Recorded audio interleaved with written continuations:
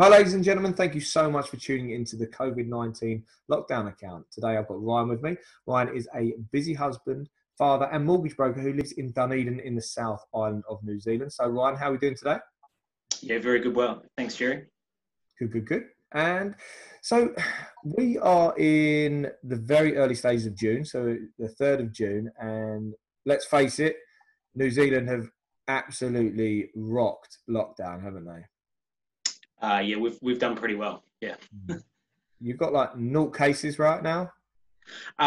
We have one remaining active case in the whole country, and that person's expected to be recovering in the next day or so.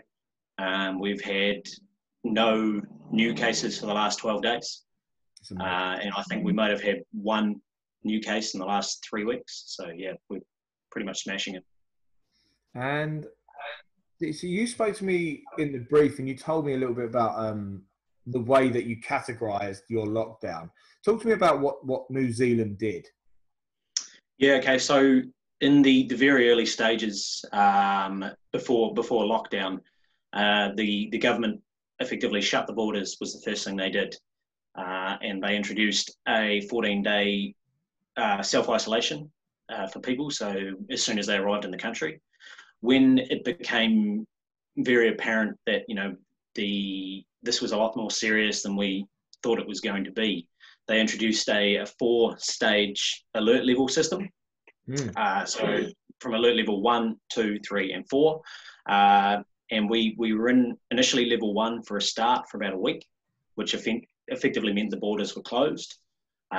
We moved to level 2 for a couple of days. And then we moved straight to a level 4. Now, level 4 was total lockdown, essentially. Everyone was working from home. All businesses, all retail was closed. The only way you were allowed to leave your home was if you were an essential worker or you had to go and purchase essential items. So they were things like, supermarkets, food products, petrol, etc. But other than that, you had to stay home. There was no option. So we had that initially. They said 4 weeks of lockdown. It got extended to 5, and by the end of that 5 weeks, it became pretty apparent that we were doing pretty well. So they moved to level 3 after that, which was a slow reopening of business. You were still encouraged to work from home if you could, but other shops and services could begin opening with social distancing and strict contact tracing, etc. So we rocked level 3 for 2 or 3 weeks, and we moved to level 2, which we're in now. And level 2 is pretty much business as usual. Schools are back. All businesses are allowed to open again. There are restrictions on numbers around gatherings. It started out at 10, we're now at 100. So that's the most you're allowed to have. And there's strict contact tracing everywhere you go as well. You go into a shop, you've got to write down your details or log in on a QR code on the app. But we're moving to level 1 next week, which is fairly exciting because level 1 is there's no restrictions. We basically life as normal in New Zealand. There's a little bit of contact tracing, personal hygiene is encouraged, but the only major thing is the border's still closed. Yeah. So, I've got a bit of feedback. What's that? So when it comes to, we've lost you. No, I've got you back. So when it comes to like businesses, when it comes to things like small businesses, has there been a massive effect? Has there been a lot of closures or non-reopeners? Has the economy been massively affected? Yeah, look, it definitely has. The government, right from early days, has been pouring money into relevant sectors that required it. Anyone who was unable to work, whether you were on a wage or a business, basically got paid a wage subsidy for 12 weeks. We're coming to the end of that period now. and there's an extension of that for a further 8 weeks for businesses that can show that they've had a 50% downturn from the same period last year. But the redundancies are massive. There are hundreds and thousands of redundancies happening every day out here. Businesses just closing because they're unable to keep going. But I guess that one of the big questions is if you're unable to keep going after 20 weeks of wage subsidy, was the business really viable for a start? Yeah. Yeah. I mean, New Zealand's one of our major industries is tourism. As you well know, being here as a tourist all those years ago, and we were just in Queenstown at the weekend, which is, you know, the adventure capital of New Zealand, and it's incredible to see towns like that with no tourists. Yes, they were busy. We just had a Queen's birthday weekend here, so it was a long weekend. It was incredibly busy with New Zealanders visiting, but come Tuesday, it'll be dead again. Yeah. And a lot of those places are heavily reliant on internationals as their workforce. And what are they going to do if there's no work? It's genuinely scary what is coming in the future. Whilst we've smashed COVID out of the park, I think its longer lasting effects on our economy are really, really going to hurt, and we haven't seen the worst of it as yet. No way. And I think that it's going to be a global issue as well, isn't it?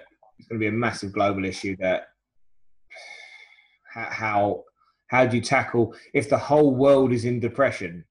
How is that ever tackled? Exactly. And we look at it and say, well, how long is it going to be before we can open up our borders again to, you know, tourists? And when we do, are we going to have the same strategy we had previously where, you know, it was just basically a free-for-all? Are we going to target certain groups of tourists?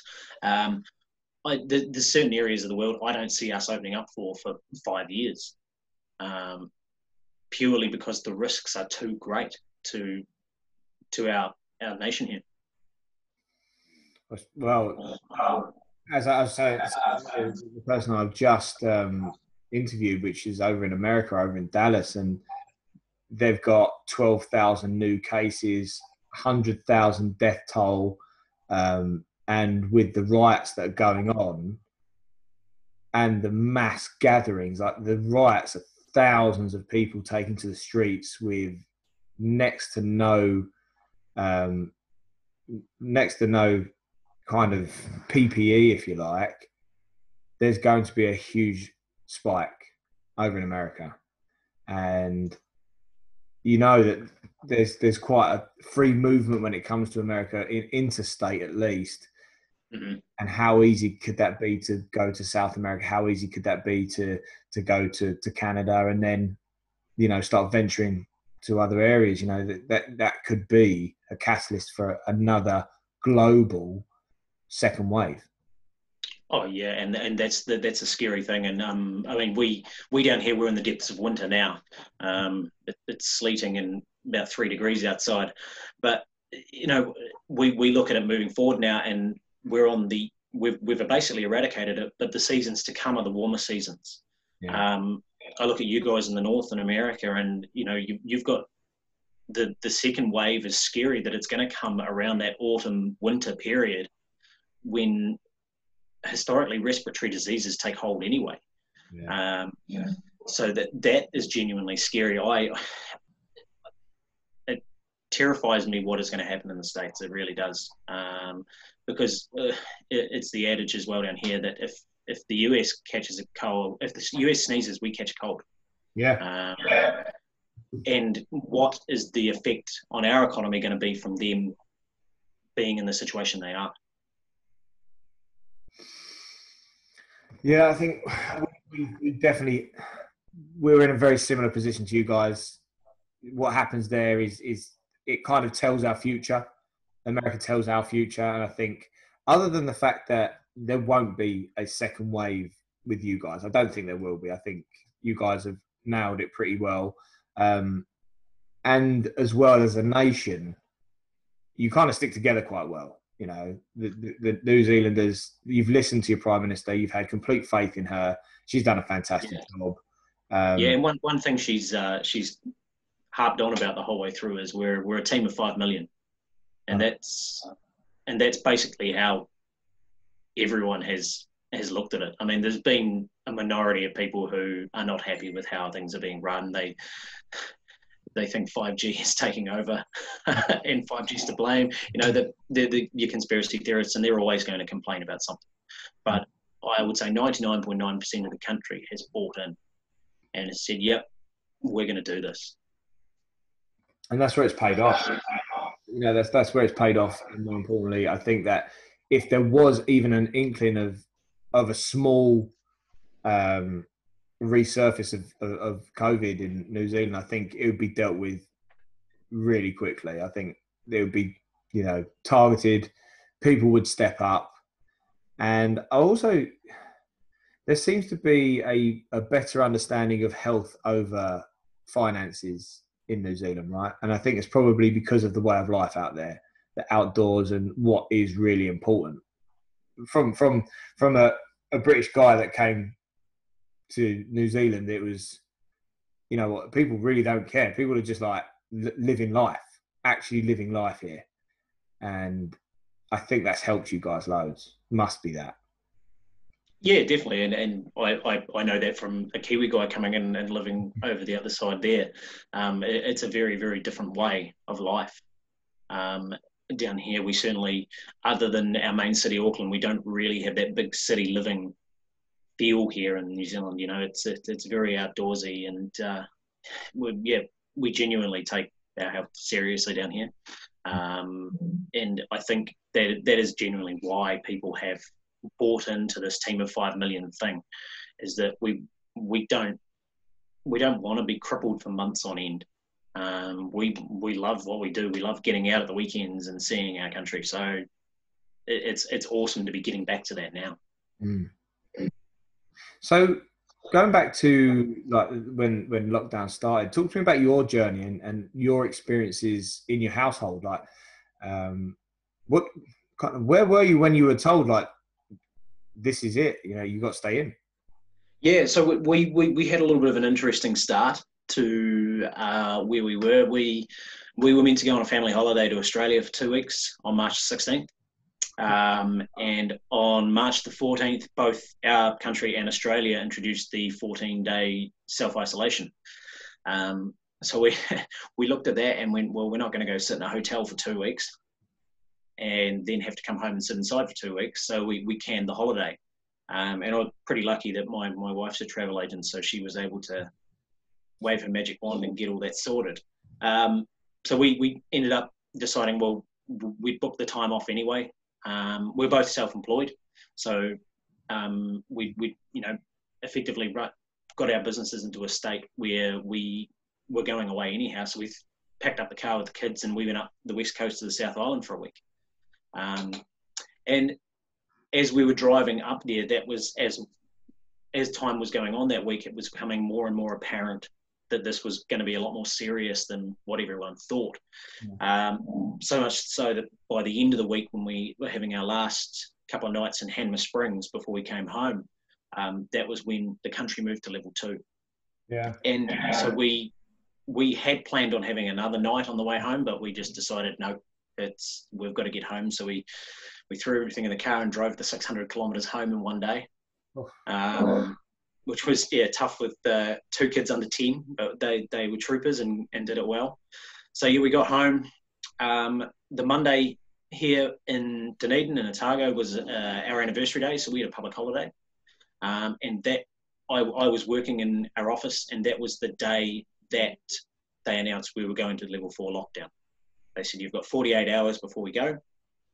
So basically I packed up everything in my office and brought it home. So it was very interesting. We didn't send the kids back to school at all, even though they could have gone back for 2 days. We didn't send them back. They had their enforced homeschooling was straight away, and set up my home office down here, and I've worked the whole way through. I've been incredibly busy. Yeah. which is surprising considering the climate we're in. That people still, I'm a mortgage broker, people still want to buy houses. Mm. But look, it's been really cool being at home for that length of time and getting to spend that time with the kids and the wife and our dogs, and just stuff that I wouldn't normally get to do. I'd normally be in an office, 8 till 5 most days. It's been awesome to be able to pop down to my downstairs office at home and work for 2 hours and then go, hey, spend an hour with the kids and build Lego or, watch cartoons or whatever they want to do. It's been awesome to see our kids grow as people as well. They're 9 and 6 years old.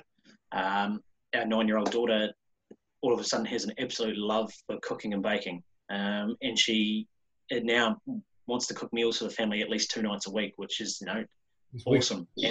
And I'll put my hand up straight away and say she's a better cook than I am. And the wee man just, we've got 2 dogs as well, and to see his relationship with them blossom and grow over that period, because I guess he didn't have any contact with any friends or anything. That was the key thing. There was no contact with anyone else. You had to stay in your bubble.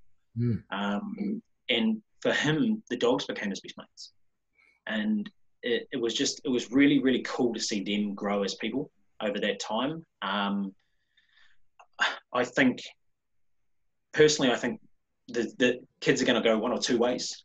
After lockdown. They're gonna do it really, really tough, and some will, or they're gonna use it as a tool to blossom and grow. And I think both of mine have done that, so it's been very cool in that regard. In regards to the working, it's been awesome working from home.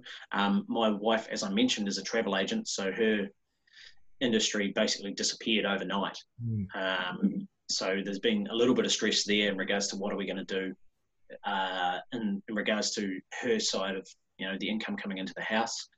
She's been very lucky to pick up a couple of days of work a week in a medical centre, so from one hot industry to another. But that has given us the flexibility that I can be at home when she's doing that, etc. And it's worked so well that I actually, when we went back to level 2 and we were allowed to go back to our offices, I went back and told the rest of my office I wasn't coming back. I've made that decision that this is the new norm for me now. Working from home is great, and it just works. It really does. I can with everything you're saying. Like if I was to show you my this is my man cave. I'm in my garden right now. Over there. I've got my gym set up, which I actually film and I train people at home. And then over here, I've got like I've got like a shower room and stuff. So I've got like my own self-contained bungalow in my garden, and we've managed to stumble upon a concept which was my wife's idea, to get equipment from the gym and drop it to people's houses and then live stream them personal training, group training of how to train, right? And I sat and thought, you know what, like how many people would just want to have the equipment at their house for 12 weeks and have a body transformation just to them, and I could just film it there. I've got no overheads, I've got no staff, I've got no worries. I'm not going to do this. This is going to be something I do on top of, but I could just be like, this is it. And the only reason I'm not going to do that is because I love my members. I love them. I love going to that place, and that's the only human contact that I'd lose. That's like my pub. That's like my bar. I get to go there. I drink coffee. I talk to people all day. Yeah, there's loads of stress and all horrible stuff around it, but if it wasn't for them, if I had like a faceless kind of organisation where it's a new person every day, I would not be going back. No way. I'll be here. I get to see my kids every day. It's great. It's great. And I get it. So yeah, and especially watching the kids grow. Yeah, it's pretty cool to see how much they grew in such a short period of time as well. Yeah, it's interesting though. You're talking about you're doing your online training sessions and everything. One thing that has really, really taken me by surprise is people's ability to adapt and change. Our industry here in New Zealand has probably leapt forward about 3 years in the space of 3 months. they've rolled out different programs for being able to sign documents online and provide authorized documents essentially via online services. And people's willingness to adapt and change, and the number of Zoom meetings I now do with clients is just unbelievable. When 6 months ago, if you'd suggested let's do a video chat to talk about your finances, people would sort of look at you a bit funny and go, why can't we meet in person? But it is very cool, and it's all about adapting and changing, and that, I guess, as New Zealanders, we do really well. I think it's definitely, it's something that has amazed me, how quickly. I think it's definitely a human thing. I mean, you guys are very open to change down there, but I think it has been a global thing where the world has leapt forward technology-wise by probably more like 10 years in this space of 3 months. Mm-hmm. And communications have gone through the roof. The ways that people are being more understanding, being more caring, I would have thought would be the best word to say, and just becoming closer, more communal, has blown me away. I think even though we were separated, it brought people closer together. I have 2 sisters who live in Melbourne in Australia, and I'll be the first one to put my hand up and say I was very guilty of not staying in touch with them as much as I should have. Well, we now have daily family video chats. And it's awesome because I get to see my nieces and nephews over there as well on a daily basis, as opposed to once every month or two and going, geez, you've grown. It has definitely brought people closer, I think, in regards to, we now know that it doesn't matter if there's distance. We're 18,000 kilometres away or whatever. We're just chatting like we're in the same room. It's crazy. That is different. Yeah, can't get your head around it. Can't get your head around it. That, imagine this as well. Like, so many people have said, if this had happened like 20 years ago, how catastrophic this would have been because of communication. It's scary to think. It really is. And it could have. It's just the one lucky thing is come at the right time for technology. And I think that there is going to be a shift, especially in London here. Now, a lot of people that I know that work in London, because we are a feeder town to London, so a lot of people commute in to the city from where I live. They've been told you're not coming back until 2021 anyway. However, a lot of people have been told productivity's up, welfare, people are happier. Everything is falling into place, and we don't have to pay rent. Like, you're not coming back to London. We're going to have a hub. We're going to have a hub where you can come in and we can meet if we have to. But a lot of people are being told, and this could be a huge shift when it comes to, especially the distribution of wealth amongst the UK. If the London or the city bubble does fully burst, because there's no reason to be there. Obviously, tourism stuff, but other than that, there's no reason to be there. I completely agree. And it is a shift that we're seeing more and more. Is it just people are going, well, actually, I can genuinely work from home and be productive and have a better work-life balance. I will admit it doesn't work for everyone. Some people, I had a chat to a guy yesterday who said the first week was great. He absolutely smashed work out of the park, and then his confidence and ability to do his job just waned. And he said it was far too close to the beer fridge. Which, I guess in those regards, you've got to have a wee bit of discipline, which I have had. I didn't think I would. But yeah, it's been pretty cool. If I had a fridge full of Spades, mate, I'd be in trouble right now. Yuck, Spades. In trouble right now, mate.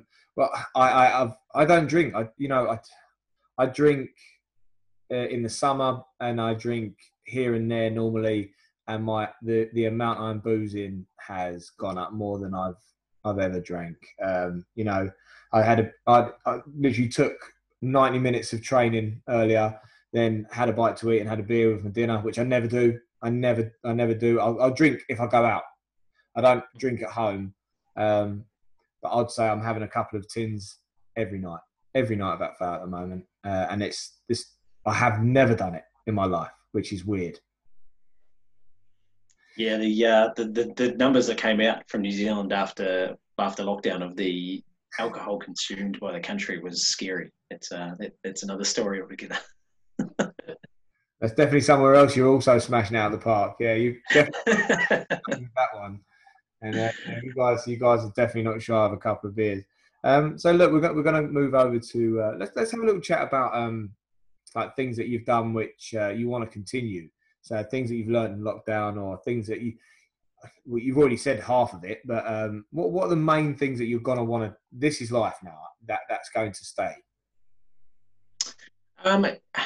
Yeah, I mean, obviously the working from home has provided me that better balance to be able to go and do, you know, what I want when I want, essentially. I can structure my days around that. I mean, if I decide that I'm a golfer, if I want to go play 9 holes in the afternoon, I can do that, and I'll just come back and work that night.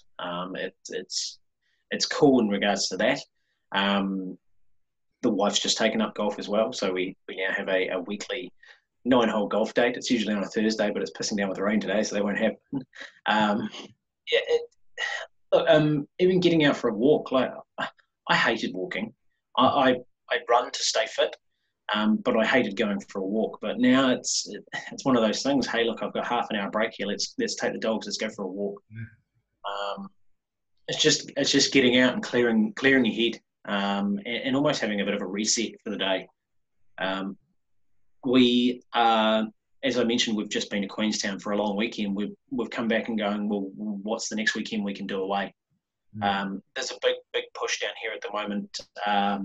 Hashtag back your backyard. And you know, some of these tourist areas that have been heavily reliant on international tourism now need the domestic market more than ever. So we're looking at that and saying, well, where can we go?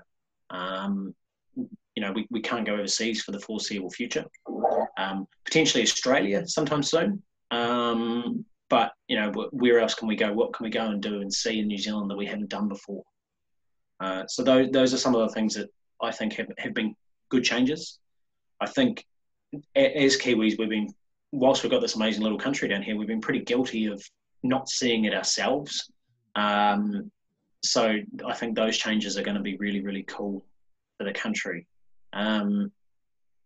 It's going to be very interesting next week when we move to this level 1 and there's no restrictions, to see if New Zealanders fall back into their old ways, or we genuinely make good change.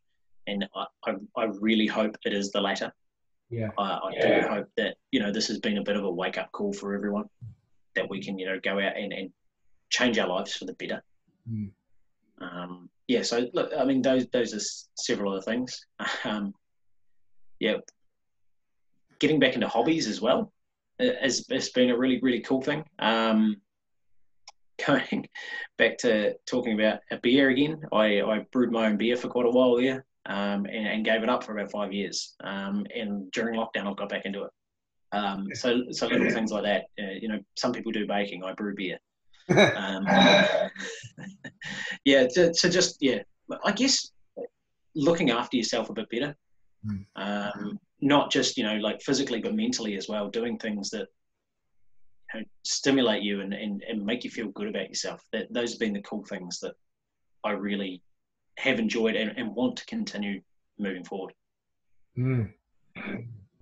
I've definitely practiced like mindfulness, and I do try and find a way to kind of meditate, as it were, in my own way, just to clear my thoughts. More mindfulness than anything, you know. I'm pretty terrible at meditation, to be fair, but I do find that walking, being outside, being out in green space, being able to take stock of what's around me, it helps clear your mind and helps your mental health. And that's something, you know, I can definitely relate to moving forward from this. It's something I want to be able to do every day and just be able to, you know, kind of clear my mind so I can think a little bit more logically, if anything. And yeah, I totally get that. So we're gonna move towards a bit of a close now. So we're gonna come towards some of the final questions. Yep. Especially, I mean, at the moment, you know, it's a bit of a crazy time around the world, and we did speak about that in the brief, of course. What kind of, if any, what kind of really big bits of advice or things you've taken stock of? It could be in the media, it could be just a post online or something, but something that's really helped you during lockdown. Yeah, look, that's a tough one. I guess for me, I really bought into lockdown right from the word go. I've always been a bit of a skeptic when it comes to, you know, doing as you're told under authoritarian rules, but this was it was genuinely like a life or death situation. And I mean, it wasn't necessarily going to be my life or death. It was going to be the elders in my family and those sort of people. So yeah, look, I think we're pretty lucky down here in having the leader that we've got running our country. She's been bloody awesome. There's no other way to explain it. I any advice I'd give to myself, buy more flour. Because suddenly everyone became a baker and you couldn't get any from the supermarket.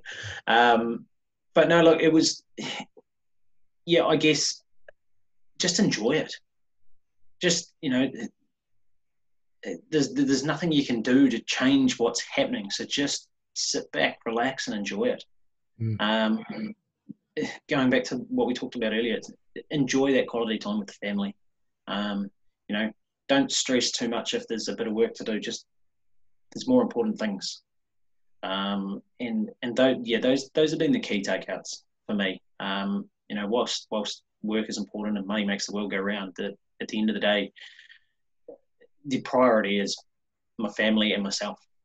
And that's the key things that really I've taken out of this and learned. I think you are right there. And I can definitely relate to being able to sit back. Like we work so hard so we can spend time with our family, and now we've got everything that we've always wanted with relatively, you know, yeah, okay, there's going to be tough times coming. But I think everyone's kind of at peace with that as well now. You know, people are like, well, yeah, okay, we're all going to be a bit skint. We're all going to have less money. We'll be all right, because we've dealt with everything. Like, I've worn, you know, what would be the equivalent of like $5 t-shirts and a pair of old trainers that are literally falling to pieces every day. And I've got nice stuff in my wardrobe. I haven't worn any of it.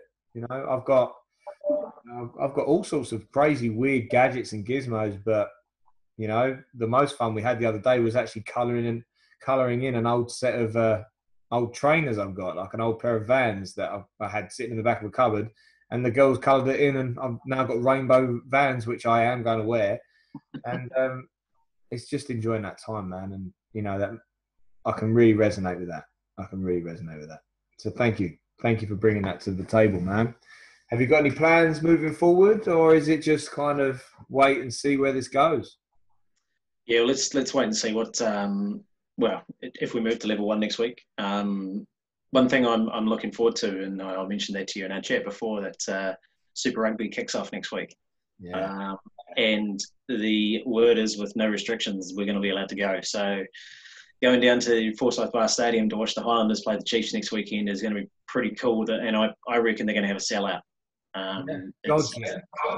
It's going to be epic. So I imagine that'll be all over the sports channels in the UK as well, because we'll be one of the very few sports around the world going with crowds as well. So it's pretty exciting.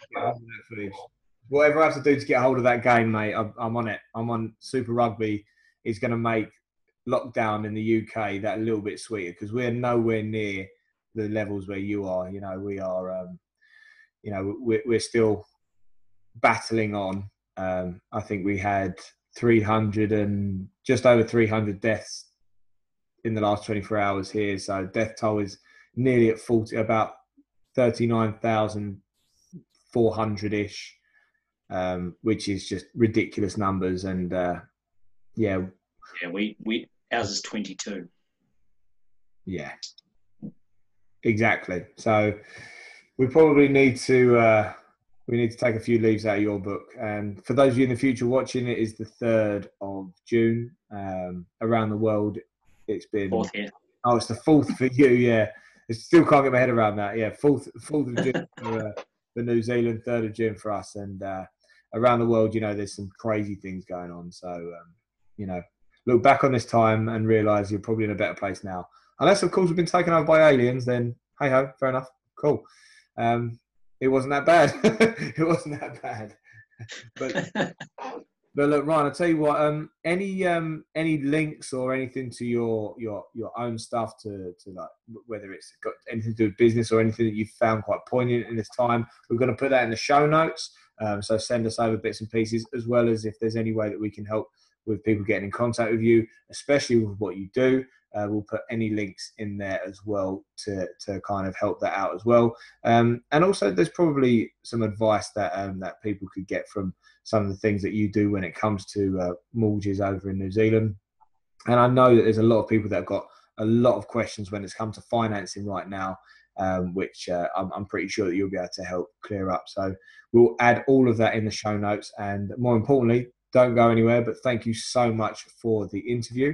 I'm going to go into a little bit of a close for everyone else now, but thank you so much, mate. And don't go anywhere. We're going to have a debrief after this.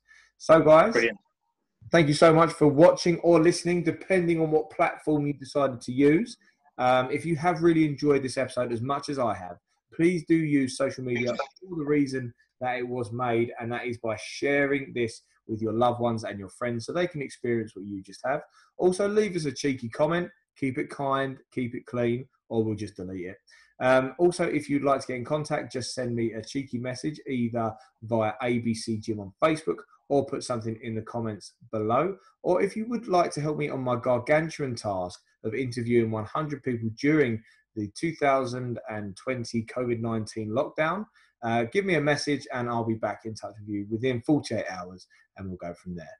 But Ryan, mate, thank you so much, buddy. And I've really, really enjoyed it, mate. It's been far too long. Yeah, indeed. Thanks, Jerry. Cheers, brother.